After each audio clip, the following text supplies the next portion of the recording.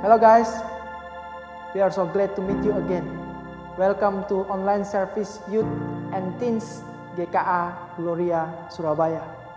Teman-teman, mari kita mengarahkan hati kepada Tuhan dan meyakini bahwa pertolongan kita adalah di dalam nama Tuhan yang menjadikan langit dan bumi serta segala isinya, dan yang tidak pernah meninggalkan hasil perbuatan tangannya. Kiranya Allah Tritunggal, Allah Bapa, Putra, dan Roh Kudus menyertai dan memberkati ibadah kita dari awal hingga pada akhirnya. Amin.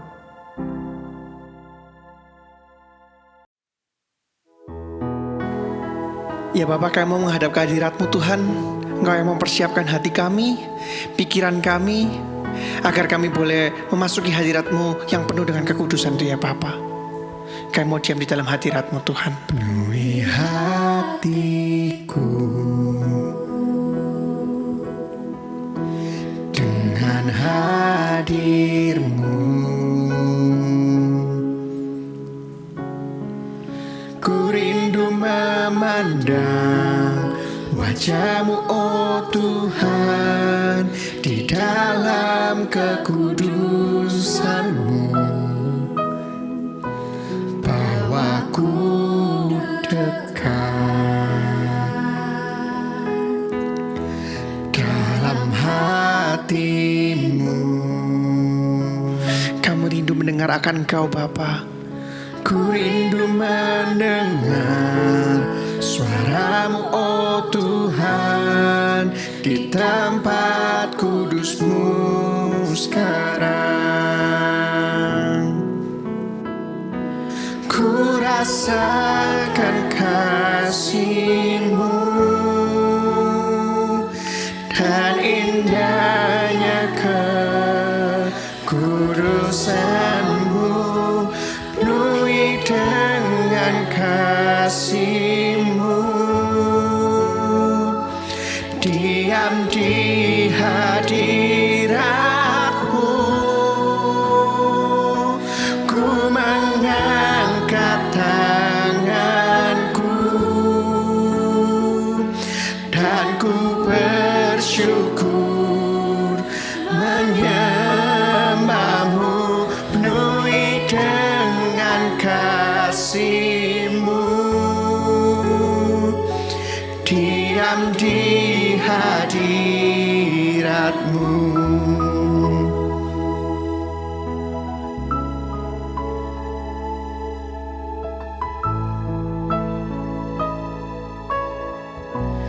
Penuhi hatiku dengan hadir-Mu. Ku rindu memandang wajah-Mu, oh Tuhan, di dalam kekudusan-Mu. Bawaku dekat dalam hati-Mu.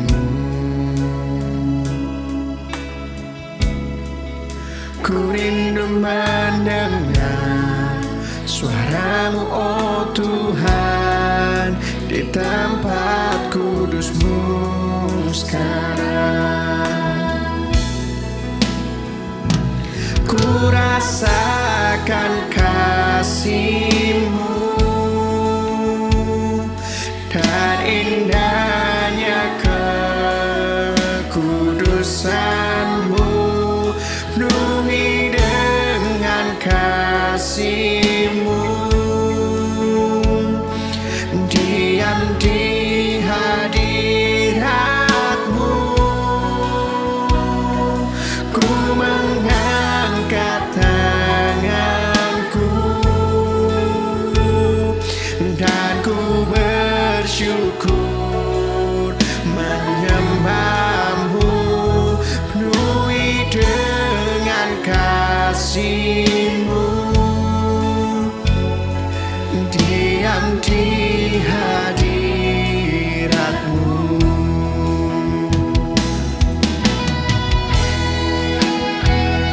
Kami rasakan kasih-Mu ya Bapa dalam kehidupan kami Tuhan. Saat ini kami mau datang Tuhan, kami ingin menyembahkan Engkau ya Bapa. Engkau yang mau layakan setiap kami Tuhan. Biar kami boleh datang menghadap kehadirat-Mu ya Tuhan.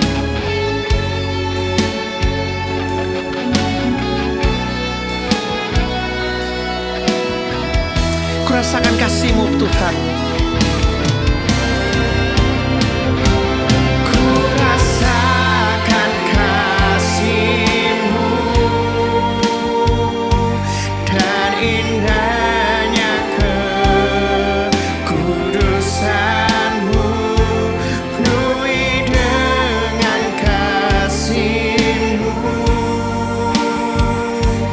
diam di hadirat-Mu. Ku mengangkat tanganku dan ku bersyukur menyembah-Mu, penuhi dengan kasih-Mu, diam di hadirat-Mu, penuhi dengan kasih-Mu, diam di hadirat-Mu.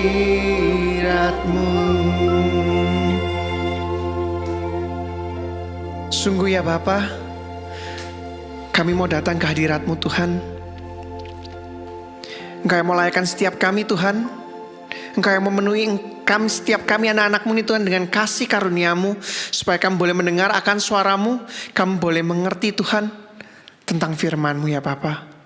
Terima kasih ya Yesus, terima kasih ya Bapa. Engkau mengizinkan kami Tuhan untuk kami boleh beribadah lagi pada hari ini. Dalam nama-Mu Yesus kami berdoa. Amin. Yes Jesus, Engkaulah satu-satunya Allah Tuhan yang layak untuk kami sembah dan kami tinggikan Tuhan. Kami mau datang ke hadirat-Mu, kami mau memuji akan Engkau. Karena kami percaya Tuhan, Engkaulah satu-satunya Raja yang bertakhta di atas segala raja.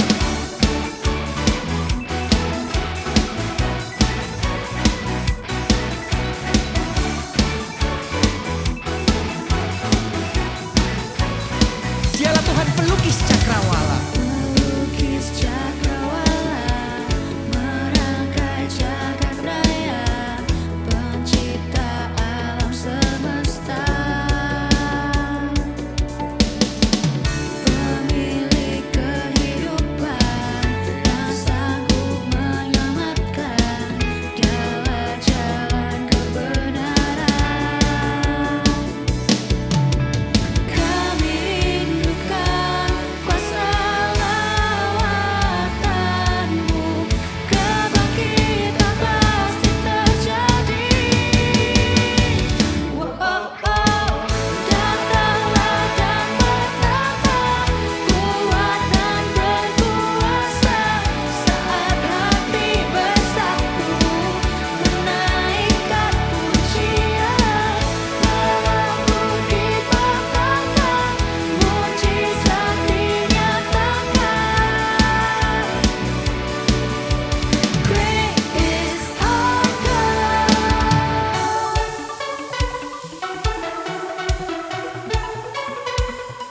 Dialah satu-satunya Allah pemilik kehidupan setiap kita, yang sanggup untuk menyelamatkan kita. Amin.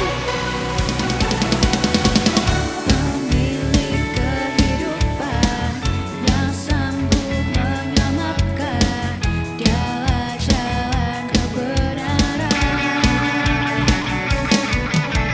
Kami rindukan kuasa lawatan-Mu, kebangkitan pasti terjadi. Datanglah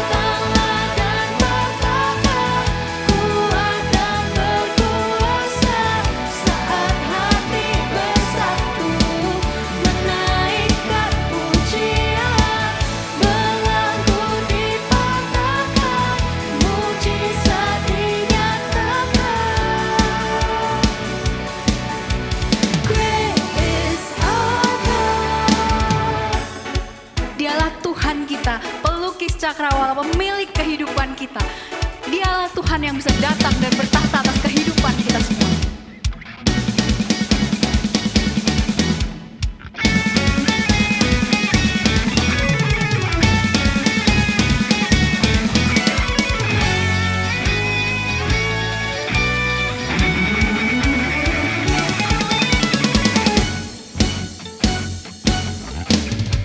Kami rindukan Tuhan.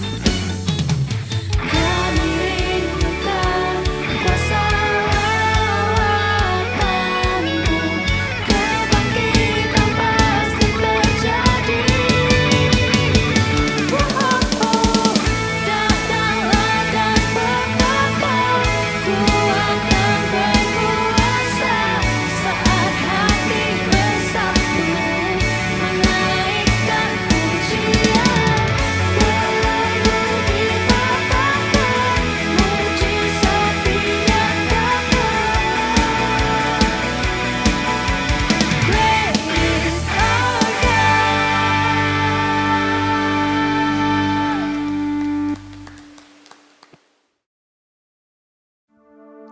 Teman-teman, it's Jesus. He's the one who made the sun to rise. He's the one who bring our food to our table. Mari dengan menyanyikan lagu ini kita mau sekali lagi menyiapkan hati dan pikiran kita. Kita mau nyanyikan Jesus, it is you. Who makes the sun to rise and bring the earth new life in every being. Jesus, it is you. Who turns the day to night and watches me as I begin to dream. Jesus, it is you. Who brings me food for my table? Who cares for all of my needs? Who walks the road with me, has grown with me through all that I have been. Jesus, it is you. Jesus, it is you. I bring my hand. I lift my hands. I bring my soul. All of my days, all of my rights, all of my wrongs. I offer you my life. I offer my life here and beyond.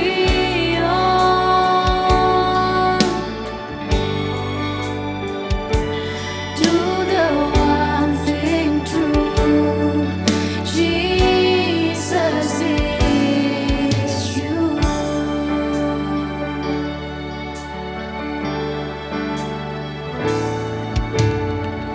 Who sees my brokenness and carries me when I am frail and weak. Jesus is you. Who tells the storm to rest when I am overwhelmed and cannot speak. Jesus, it is you. Who wears my guilt on his shoulders?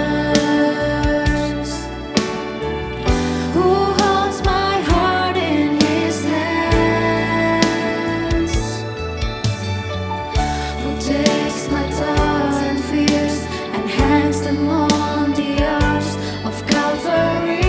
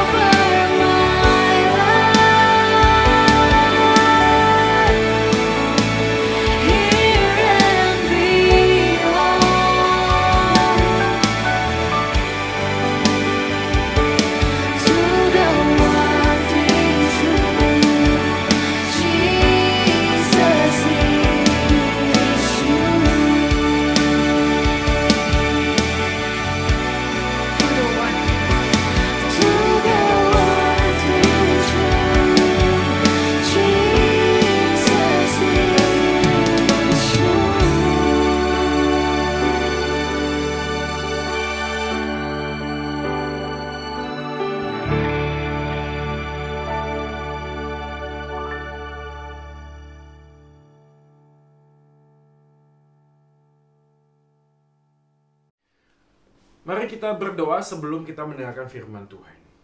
Sekali lagi kami mohon kepadamu ya Tuhan, supaya hati kami dekat melekat dengan Engkau ya Tuhan. Dan supaya firman Tuhan yang akan kami baca dan renungkan bersama boleh jatuh di tanah yang subur, bertumbuh dan berbuah bagi kemuliaan nama Tuhan. Pakailah hamba-Mu dalam segala keterbatasan keberdosaannya, supaya dia dipakai oleh Tuhan untuk menyampaikan firman-Mu, diperkenan oleh Tuhan untuk menyampaikan apa yang menjadi isi hati-Mu. Tuhan, pakailah kami dan tolonglah kami pada saat ini. Kiranya waktu yang singkat ini kami boleh pakai bersama untuk memuliakan nama Tuhan dan meminta petunjuk akan apa yang harus kami lakukan di tengah-tengah kehidupan di masa muda kami ini. Kami berdoa memohon di dalam nama Yesus Tuhan kami, firman yang hidup, Tuhan dan Juru Selamat manusia satu-satunya, kami sudah berdoa dan memohon. Amin. Teman-teman sekalian, mari kita langsung saja membuka Alkitab kita dari Matius pasal yang ke-26 ayat 36 sampai 44. Saya akan bacakan bagi kita sekalian. Maka sampailah Yesus bersama-sama murid-muridnya ke suatu tempat yang bernama Getsemani. Lalu ia berkata kepada murid-muridnya, "Duduklah di sini, sementara aku pergi ke sana untuk berdoa." Dan ia membawa Petrus dan kedua anak Zebedeus sertanya. Maka mulailah ia merasa sedih dan gentar. Lalu katanya kepada mereka, "Hatiku sangat sedih, seperti mau mati rasanya. Tinggallah di sini dan berjaga-jagalah dengan aku." Maka ia maju sedikit lalu sujud dan berdoa, katanya, "Ya Bapakku, jikalau sekiranya mungkin, biarlah cawan ini lalu daripadaku. Tetapi janganlah seperti yang ku kehendaki, melainkan seperti yang Engkau kehendaki." Setelah itu ia kembali kepada murid-muridnya itu dan mendapati mereka sedang tidur. Dan ia berkata kepada Petrus, "Tidakkah kamu sanggup berjaga-jaga 1 jam dengan aku? Berjaga-jagalah dan berdoalah supaya kamu jangan jatuh ke dalam pencobaan. Roh memang penurut, tetapi daging lemah." Lalu ia pergi untuk kedua kalinya dan berdoa, katanya, "Ya Bapakku, jikalau cawan ini tidak mungkin lalu kecuali apabila aku meminumnya, jadilah kehendak-Mu." Dan ketika ia kembali pula, ia mendapati mereka sedang tidur sebab mata mereka sudah berat. Ia membiarkan mereka di situ, lalu pergi dan berdoa untuk ketiga kalinya dan mengucapkan doa yang itu juga. Demikianlah teman-teman firman Tuhan. Kita tentu berbahagia kalau kita menjadi pelaku firman dalam kehidupan kita hari lepas hari. Nah, izinkan saya menyapa semua teman-teman di GKA Satelit, di Youth. Bersyukur banget karena aku boleh dipercayakan untuk menyampaikan kembali firman Tuhan. Di awal tahun ini kita percaya bahwa Tuhan tetap bekerja dan Tuhan memanggil kita untuk berderap maju, untuk melihat pekerjaan Tuhan yang kita bisa lakukan di masa muda kita ini. Nah, tema kita hari ini adalah by praying with Him, berdoa dengannya. Tentu saja pada waktu kita bicara tentang doa, ada banyak hal yang kita mungkin sering kali lakukan, tapi tidak pernah kita pahami.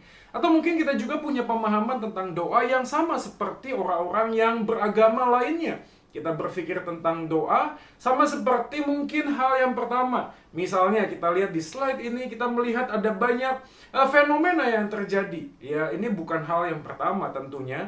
Ada banyak kehebohan di dalam kehidupan kekristenan. Ada pendeta yang mengaku mempunyai banyak sekali kemampuan untuk melakukan mujizat. Ada banyak orang yang kemudian juga kecewa seperti bagian ini.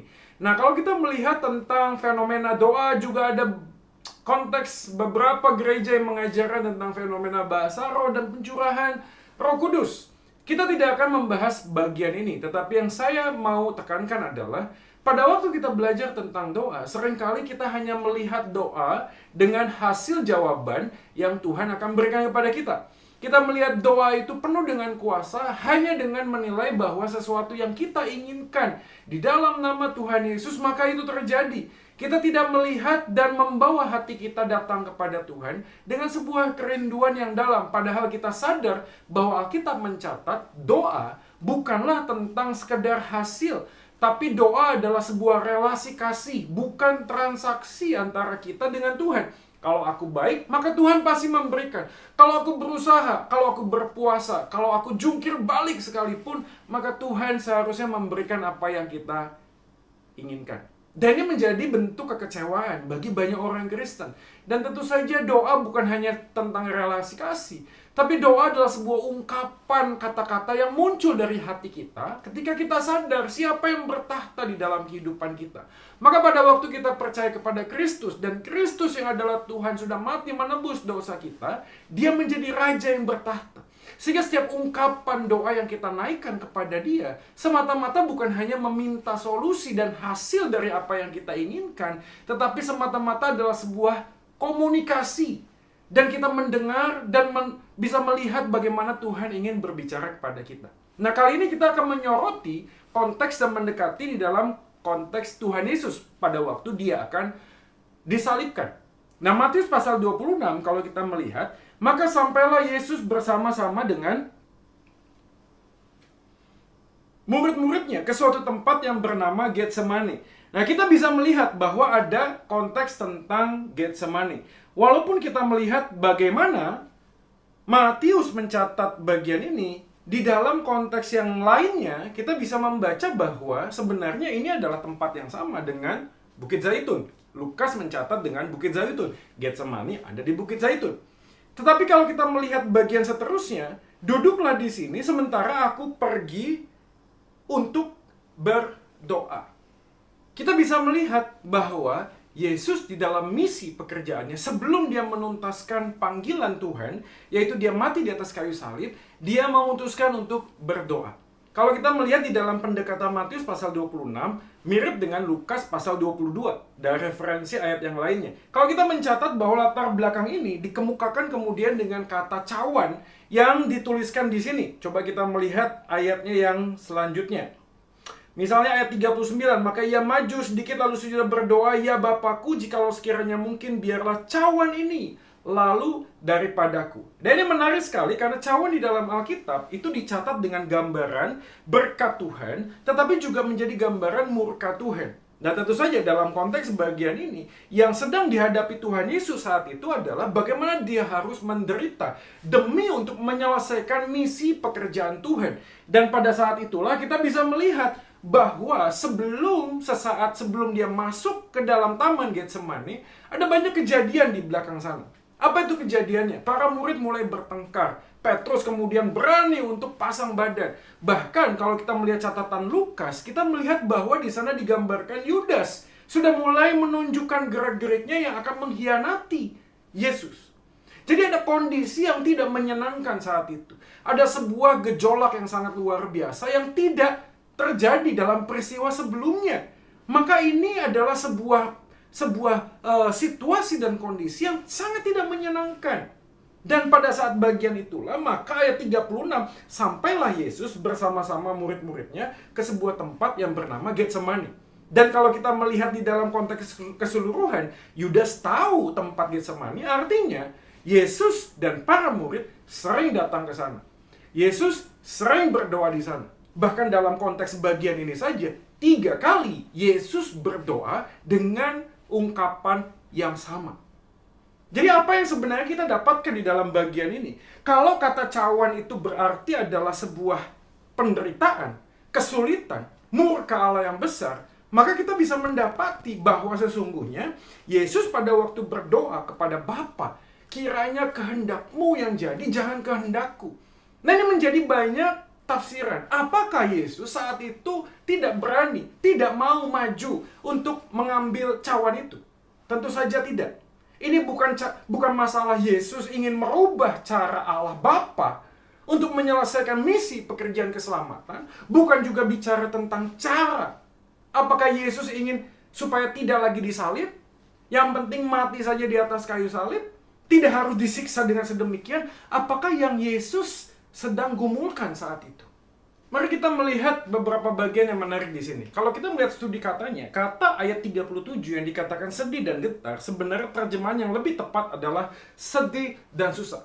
Dalam NIV dikatakan to be sorrowful and troubled, to be grief and distress, menurut NASB, New American Standard Bible. Dalam catatan ini, kita bisa melihat bahwa Yesus begitu sangat susah dan begitu sangat sedih. Ketika Dia datang ke Getsemani, hatinya begitu banyak beban. Dan beban ini dikaitkan dengan cawan yang menunjuk bukan tentang cara dan rencana Allah yang harus dirubah, bukan. Yang Yesus sedang sedihkan, Yang Yesus sedang merasa sangat susah adalah justru keterpurukan manusia yang berdosa dan beban dosa yang harus ditanggung oleh Yesus. Jadi Yesus berani.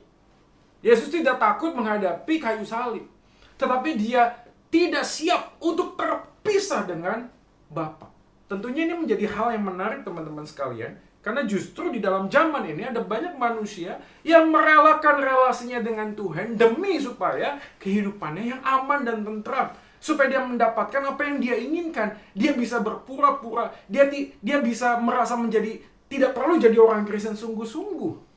Tapi Yesus justru memberikan sebuah penekanan kepada kita. Bagaimana dia mau menjalani kesulitan, mau menjalani pergumulan yang berat demi supaya rencana Allah tergenapi. Dan di dalam doanya dia berkata, biarlah kehendakmu, jangan kehendakku.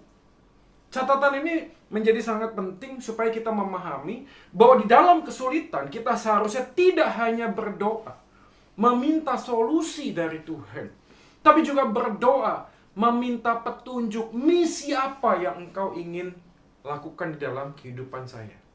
Teman-teman yang dikasih oleh Tuhan, pada saat kita mengalami kesulitan, pergumulan, yang kita selalu timbang-timbang, yang selalu kita doakan adalah bagaimana supaya masalah saya ini bisa selesai. Tentu saja ini bukanlah hal yang keliru.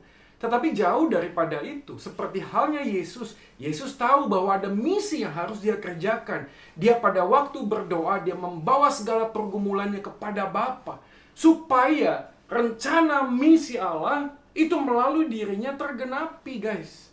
Nah sekarang hari ini, di dalam kesulitan yang seperti ini, di dalam pergumulan yang mungkin sudah ada vaksin, oke lah. Tapi apakah ada jaminan semuanya akan semakin baik? Tidak. Mungkin Anda sedang bergumul dengan pasangan hidup, bergumul dengan pekerjaan, bergumul dengan relasi dengan orang tua. Ada banyak pergumulan, ada banyak masalah, dan pandemi yang seperti ini membuat kita sampai ke ubun-ubun. Kita udah nggak bisa lagi melihat bagaimana kebaikan Tuhan dinyatakan di dalam hidup kita. Kita terlalu banyak bersungut-sungut dan hanya melihat fokus kepada masalah dan lupa bahwa sebenarnya semua hal yang terjadi dalam kehidupan kita justru harusnya membawa kita untuk melihat apakah misi pekerjaan Allah di dalam hidup ini. Doa adalah sebuah bentuk ungkapan bagaimana kita memohon kepada Tuhan agar misi dan tujuan Allah di dalam dan melalui hidupku dan hidupmu tergenapi. Ini bukan hanya sekedar supaya apa yang menjadi pergumulan saya dijawab oleh Tuhan. Tetapi kalau Tuhan menjawab setiap doa yang kita naikkan, pertanyaannya adalah, kenapa Tuhan mewujud nyatakan itu? Apakah rencana Tuhan di dalam kehidupan kita pada saat Tuhan menjawab doa kita? Tentu saja kita yakin bahwa Tuhan pasti mendengar setiap doa kita. Alkitab mencatat bahwa bukanlah tangan Allah kurang panjang atau telinganya kurang tajam untuk mendengar setiap seru dan doa kita. Yang menghalangi adalah dosa. Dan Kristus Yesus Tuhan kita sudah mati di atas kayu salib, guys.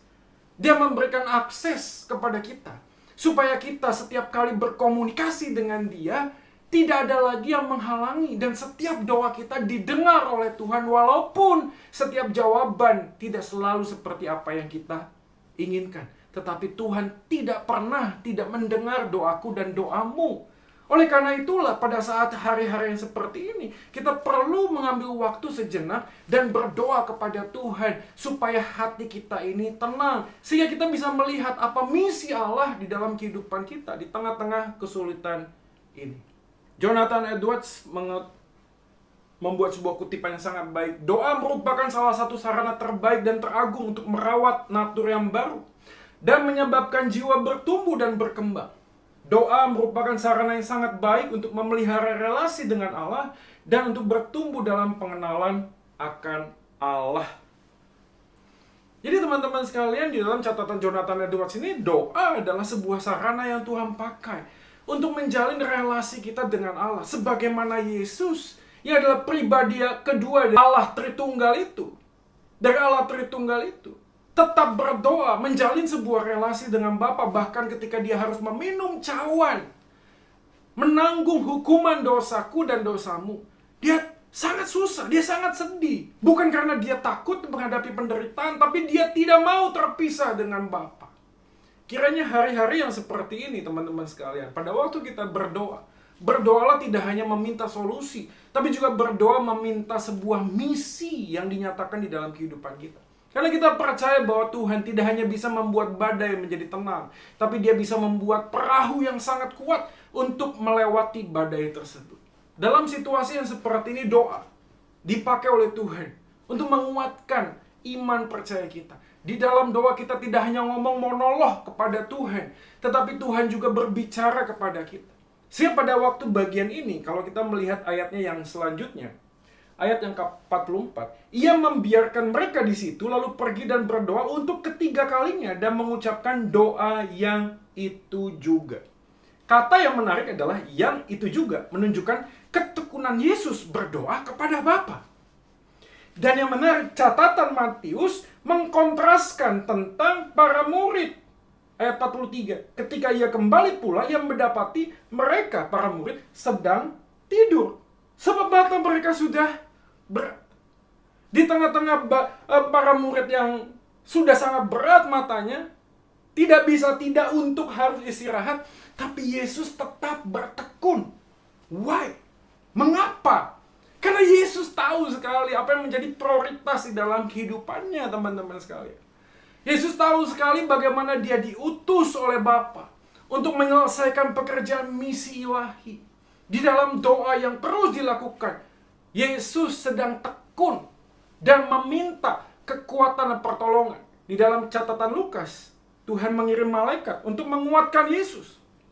Sebagai manusia yang 100% sempurna, Yesus membutuhkan kekuatan untuk bisa melewati kesulitan demi kesulitan yang Dia hadapi. Teman-teman yang dikasihi oleh Tuhan, kadang kita doa itu ya, kita meminta dan Tuhan pasti mendengar setiap doa kita. Tapi pada waktu kita berdoa kepada Tuhan, yang kita ucapkan hanyalah permintaan dan permohonan.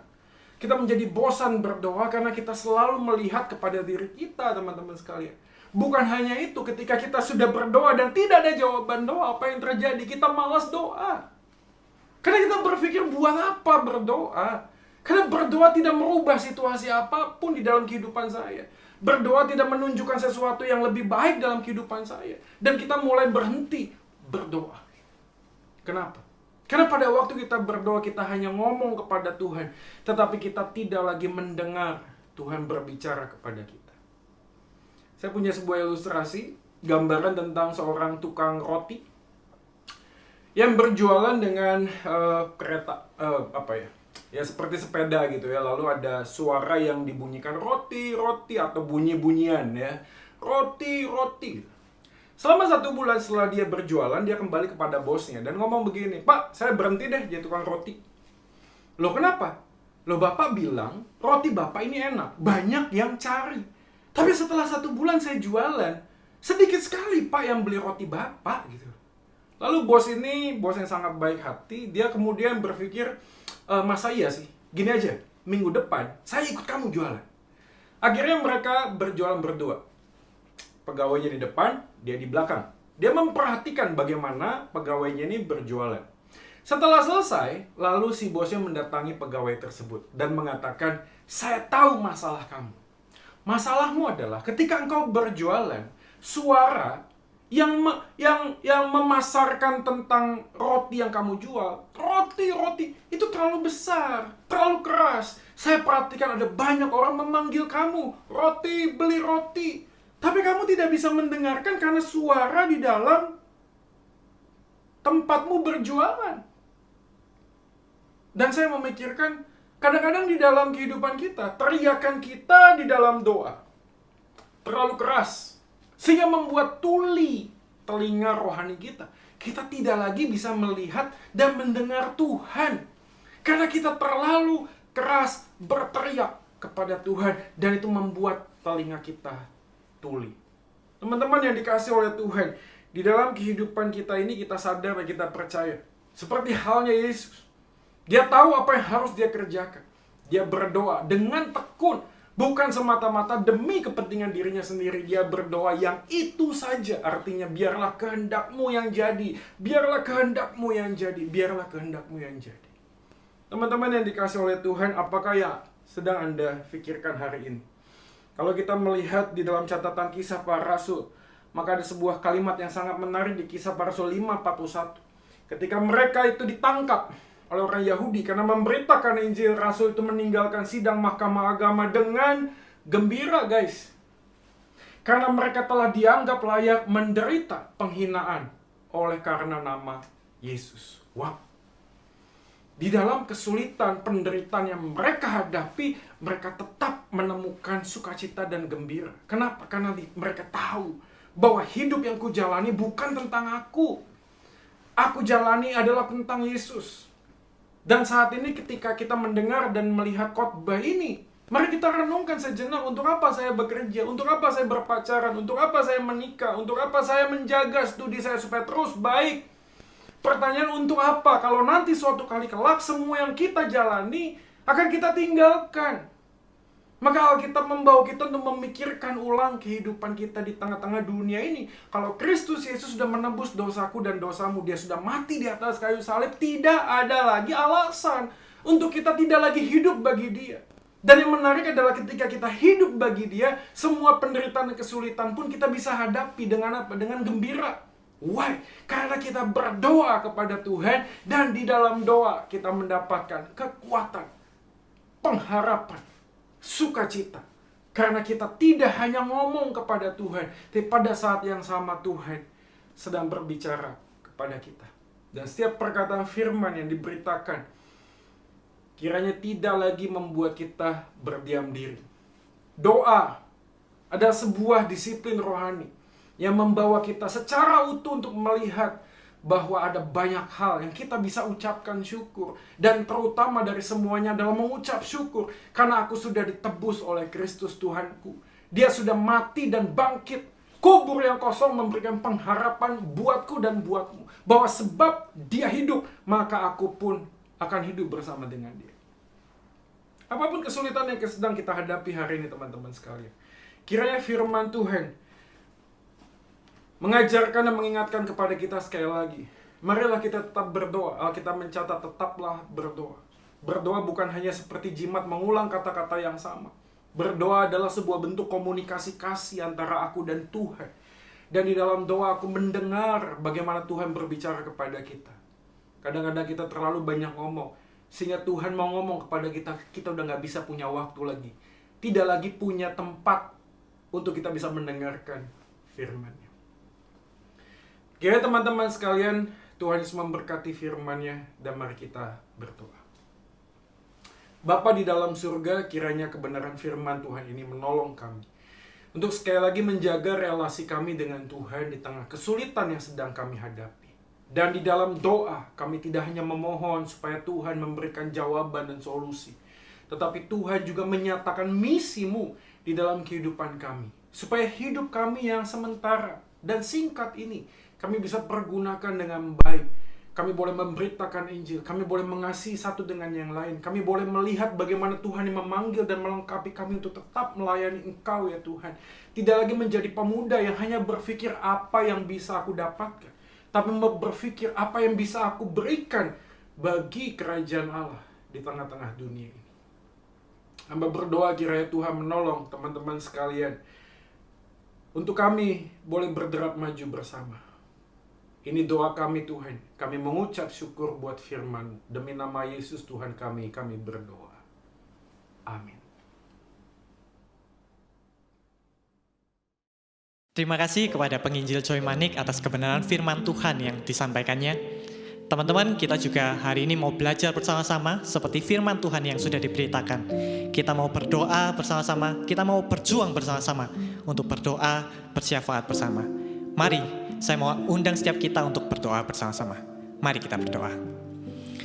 Bapa di dalam surga, kami sungguh mengucap syukur untuk kesempatan kami boleh beribadah bersama, kami boleh belajar kebenaran firman Tuhan bersama-sama.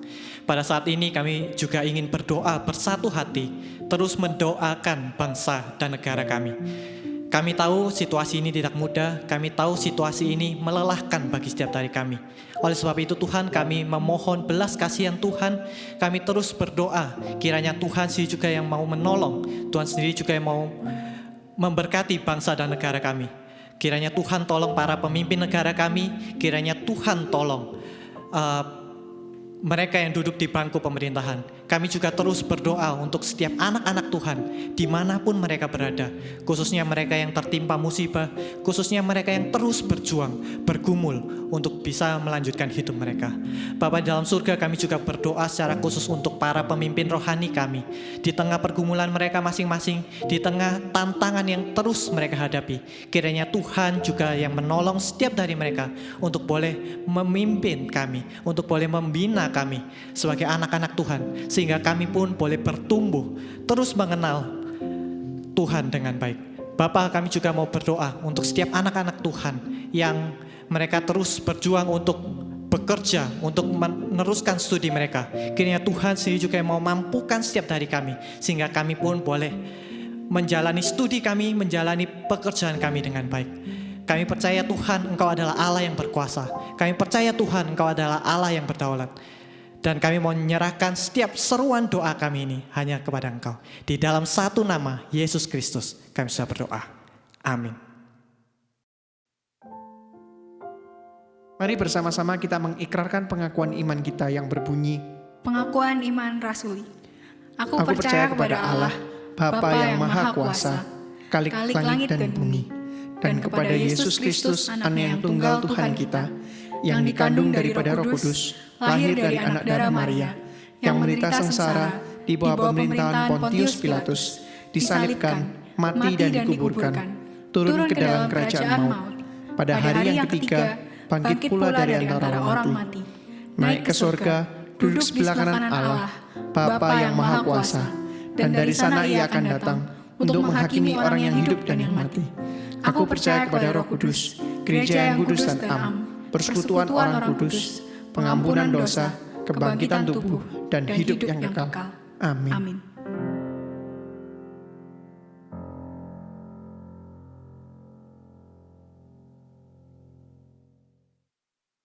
Untuk meresponi firman Tuhan, mari kita sama-sama sekali lagi nyanyikan Jesus, It Is You.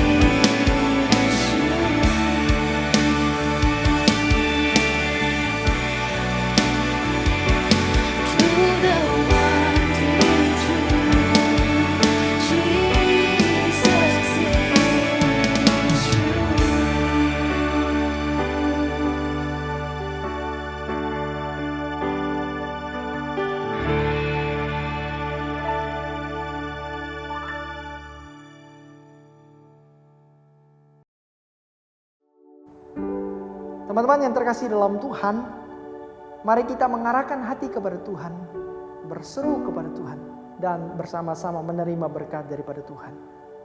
Kiranya kasih yang sempurna, kasih yang tidak terbatas, kasih yang agung dari Allah Bapa, anugerah keselamatan dari Tuhan kita Yesus Kristus yang sempurna, pimpinan, penyertaan, topangan, dan pertolongan dari Allah Roh Kudus akan menjagai kita, memagari kita, menuntun kita mulai dari saat ini sampai Maranatha, bahkan sampai selama-lamanya. Amin. Rekan-rekan yang terkasih dalam Tuhan, Happy Sunday. Terus berkarya bagi Tuhan, jaga kesehatan. Tuhan Yesus memberkati kita semua. Sampai jumpa di dalam online service berikutnya. Bye.